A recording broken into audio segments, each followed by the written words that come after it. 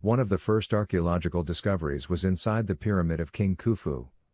Secret passages, mistakenly called ventilation holes, were found in the second chamber, also known erroneously as the Queen's Chamber. After that, the secrets of the pyramid continued to emerge. Especially when the robot got in. The robot, inside these corridors in an exciting and unique experience, which people around the world watch live, regardless of their time. Before I talk about this unique event in history, archaeological discoveries around and inside the Egyptian pyramids, I will present what came in a notebook, the diaries of the inspector Marar, who tells us for the first time about King Khufu, and about building the pyramid. Seaport site. From the era of King Khufu, on the shores of the Red Sea, south of Sinai. In the Wadi al-Jarf area. The discovery of the Wadi al-Jarf papyrus is considered one of the most important archaeological discoveries ever. Rather, I hope that no one will be surprised if I say that it is the most important discovery for me. From the discovery of the tomb of King Tutankhamun. I announced a few days ago in front of the pyramid of King Khufu that the Wadi al-Jarf papyrus and the diaries of the inspector, Marr, on the construction of the pyramid, are the decisive response to all the nonsense that is said about the pyramid. Lying around the pyramid in the mouth of everyone who slanders by saying that the pyramid. It is not an Egyptian industry, the papyrus records diaries or annals of work, and the tasks assigned to Marr, who was responsible for 40 workers, and among those tasks was carrying out the transportation of the outer cladding stones of the pyramid. On large boats from South Torah, to Khufu's sister, which is the name of King Khufu's pyramid, meaning Khufu's horizon. He recorded that he himself passed that diary, in hieratic script, and described his itinerary from Torah, to the landing area. Near the pyramid of Khufu, it even mentioned the names of his superiors and senior officials responsible for the work. Marar wrote that he worked under the command of the employee Wadi, and that the one responsible for building the pyramid was al-Jarf, and the surprise that I did not expect was that I had discovered the tomb of Wadi mentioned in the papyrus. And this is through my excavations west of the pyramid, which is a small cemetery, with inscriptions and scenes indicating that King Khufu agreed to build a cemetery next to his pyramid. A question remains, is it possible that Marar was also buried next to the pyramid of King Khufu? The answer is yes, because Marar bears the title of Sadaj, meaning inspector, and there are people of the same rank who are buried in the Western Cemetery. The Wadi al-Jarf papyrus was found by a French scientific team, from the French Institute in Cairo and the Sorbonne University in Paris, between the years 2011 and 2013, and no one expected, or even imagined that the papyrus talks about building a pyramid. It can be discovered, at the site of an ancient commercial port, from the era of the 4th dynasty on the Red Sea.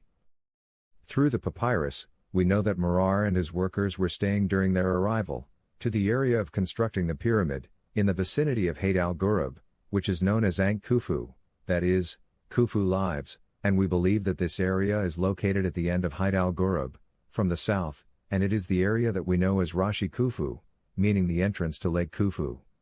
Inspector Marar and his team were working in this area, where there was a canal linking the Nile River, ending with a port in front of the pyramids, and we uncovered part of the port of the Pyramid of King Khufu in the area that lies to the east of the Mansouriya Canal, while some of the people were building their homes. We also uncovered the port of King Khafra, in front of the Sphinx Temple area. Marar and his team were spending the night in the village, which was designated for workers working on the construction of the Pyramid of King Khufu. Marar and his team used to transport stones from the south of Torah to Rashi Khufu, and he described it as a crowded area, as a result of the presence of other groups and teams of workers, coming from the north and south bringing everything needed for construction. The pass mission took several days from the moment the stones were loaded. From the royal quarries of Torah, sailing and crossing the river, then entering the water channel, which ends with him and his boats at the Rashi Khufu area, and Marar had been forced to spend the night with his men in the area that we referred to before, and at dawn his men woke up and completed sailing towards the disembarkation station, which required entering it to wait for long hours, and mentioned that the supervisor of the area, which is similar in our modern concept, to the collection and storage area. Then the supply and distribution is the engineer al-Jarf. He mentioned past the date by day, season and year, which was the 27th year of King Khufu's rule. I returned to the first discovery that took place inside the Pyramid of Khufu, which is to explore the secret passages, and to find 3 stone doors at the ends of the passages, which are mistakenly called ventilations. The Pyramid of King Khufu is the only pyramid that contains chambers, from which what is mistakenly called corridors or ventilation openings exit, which are mysterious square corridors measuring 20 by 20 centimeters, whose entrances begin in the northern and southern walls of the 2 upper chambers.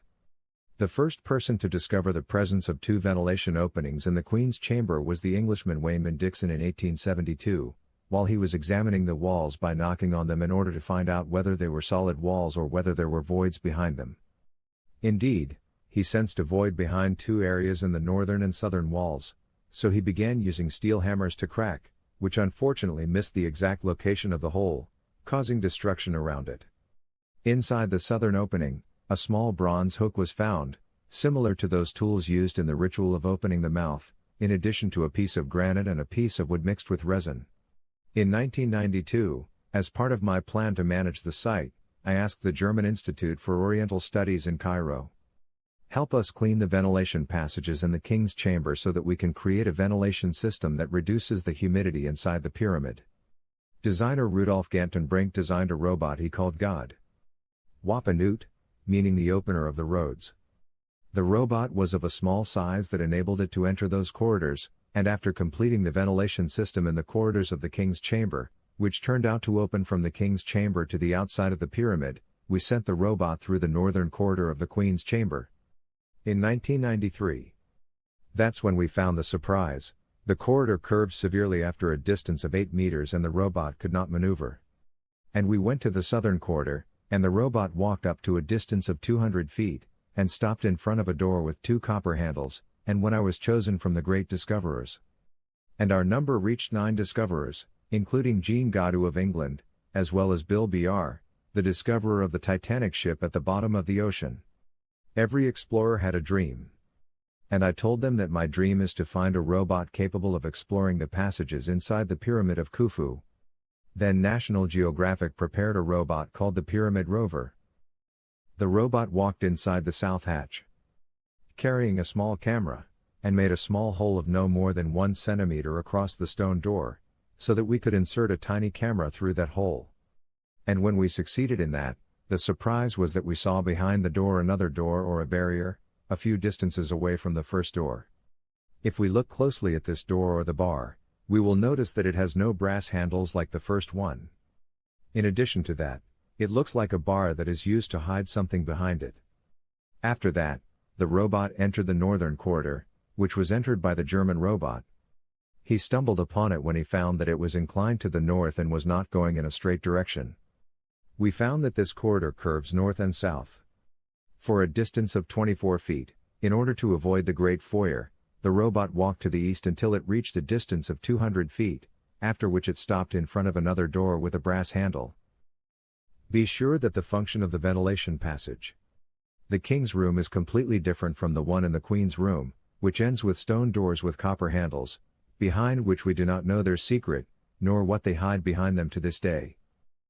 As for those in the King's chamber, they have to do with the King's spirit wandering outside the pyramid, as it can exit through the southern opening, and the use of the boats buried there, as well as the exit from the northern opening.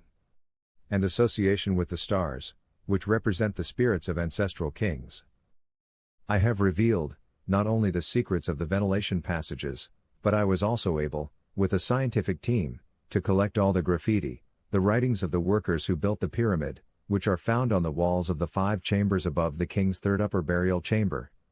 And by documenting these writings, we revealed teams of workers, the participants in building the pyramid and their distinguished names, as well as revealed a date in the 10th year of the rule of King Khufu. As for the third new discovery, which is related to the hidden passage inside the pyramid, which we announced a few days ago, this is our next conversation.